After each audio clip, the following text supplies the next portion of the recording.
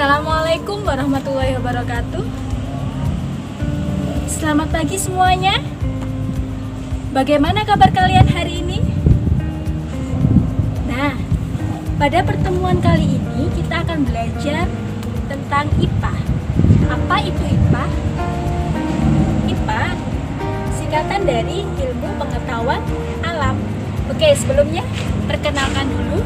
Nama ibu adalah Siti Khairun Ervin Novanti, biasa dipanggil dengan Bu Ervin. Nah, pembelajaran IPA yang seperti apa yang akan kita pelajari hari ini? Yaitu mengenai objek pengamatan IPA dan keterampilan proses sains. Apa saja yang menjadi objek pembelajaran IPA? Apakah bunga dan daun ini termasuk objek pengamatan IPA? Atau suara sepeda motor itu termasuk objek pengamatan IPA? Nah, akan kita pelajari hari ini.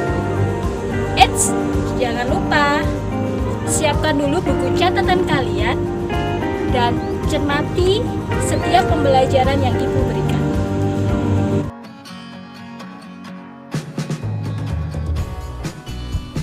Oke anak-anak, hari ini kita akan belajar mengenai objek IPA dan pengamatannya. Untuk pertemuan kali ini kita akan membahas dua subbab, yaitu mengenai bidang ilmu IPA dan keterampilan proses IPA. Langsung saja kita akan membahas mengenai bidang ilmu IPA. Akan tetapi, ibu mau bertanya terlebih dahulu kepada kalian. Apa kalian sudah paham mengenai apa itu IPA atau ilmu pengetahuan alam? Nah, IPA atau ilmu pengetahuan alam adalah ilmu pengetahuan yang mempelajari tentang alam semesta dan seisinya, serta interaksi antar komponen di dalamnya. IPA terdiri dari beberapa bidang ilmu yang saling berkaitan, yakni biologi, fisika, kimia, dan IPBA atau ilmu pengetahuan bumi dan antariksa. Keempat bidang ilmu itu tergabung menjadi satu dalam IPA, ilmu pengetahuan alam.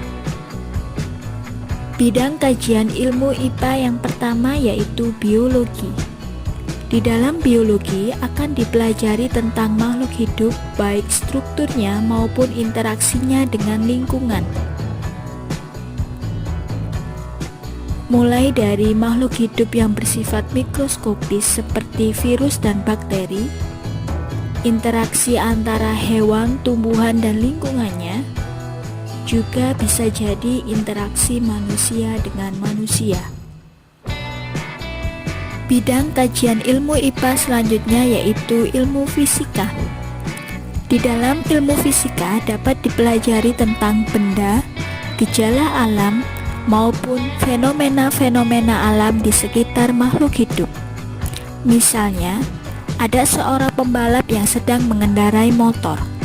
Nah, saat pembalap tersebut mengendarai motor, maka kecepatan pembalap tersebut dapat dipelajari dalam ilmu fisika. Kemudian selanjutnya ada juga mengenai keseimbangan batu. Itu termasuk fenomena alam yang dapat dipelajari dalam ilmu fisika.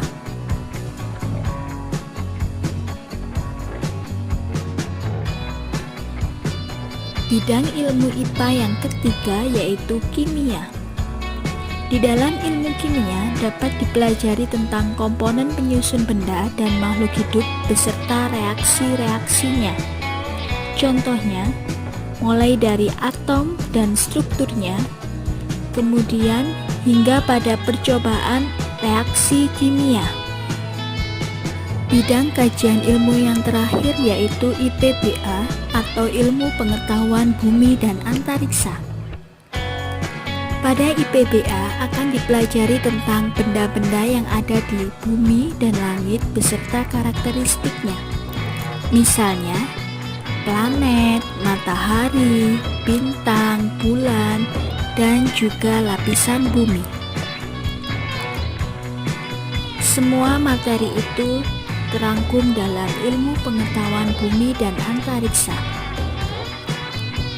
So, kalian harus ingat, biologi, fisika, kimia, dan IPBA sudah menjadi satu dalam IPA, ilmu pengetahuan alam.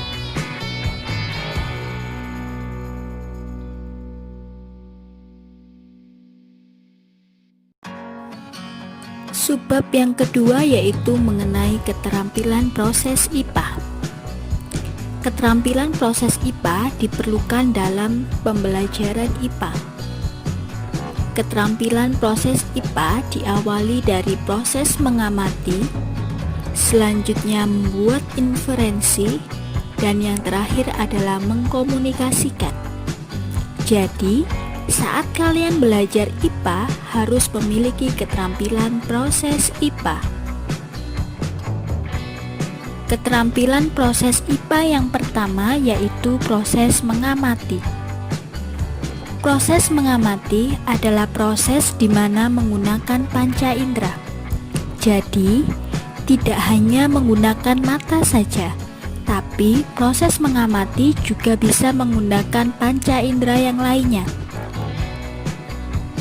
Proses mengamati juga termasuk melakukan pengukuran dengan alat ukur yang sesuai. Misalnya, mengukur panjang meja dengan menggunakan penggaris, mengukur massa benda dengan menggunakan neraca, dan sebagainya. Itu semua adalah proses mengamati.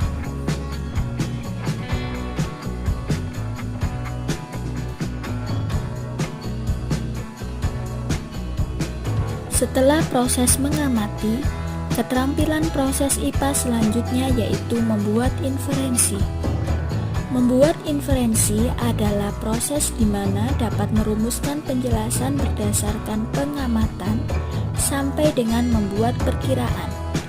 Membuat inferensi meliputi beberapa proses, yaitu menanya, mengumpulkan informasi, membuat kesimpulan, atau menganalisis hasil pengamatan. Jadi, setelah melakukan pengamatan, kita dapat membuktikan kebenaran fenomena yang terjadi.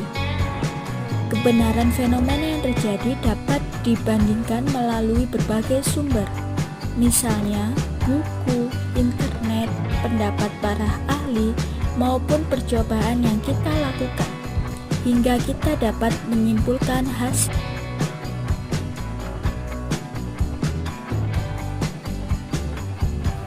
Keterampilan proses IPA yang terakhir yang harus dimiliki dalam belajar IPA yaitu proses mengkomunikasikan. Mengkomunikasikan hasil pengamatan dapat dilakukan melalui lisan maupun tulisan. Misalnya, mempresentasikan hasil pengamatan di depan kelas ataupun membuat laporan percobaan. Nah, anak-anak, jadi ingat ya, selama belajar IPA, kalian harus memiliki keterampilan proses IPA, sehingga kalian dapat menjadi insan yang hebat dan bisa belajar IPA dengan maksimal. Jadi, kesimpulan hari ini bahwa IPA merupakan satu bidang ilmu yang terdiri dari beberapa bidang ilmu lainnya. Dalam belajar IPA, kita harus juga memiliki keterampilan proses IPA, di mana nantinya kita dapat mengkomunikasikan hasil belajar kita kepada orang lain, baik berupa lisan maupun tulisan. Jangan pernah merasa takut, jangan pernah merasa cemas, tapi tetaplah tenang untuk menjadi yang lebih baik. Terima kasih.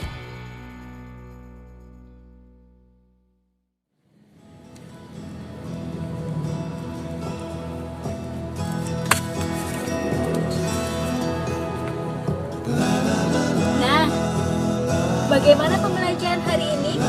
Apa kalian sudah mengerti apa itu subjek pengamatan IPA dan keterampilan proses sains?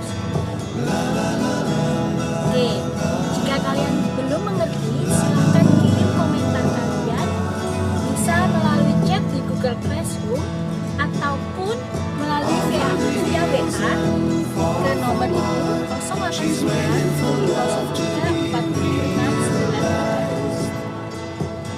Nah, demikian pembelajaran hari ini.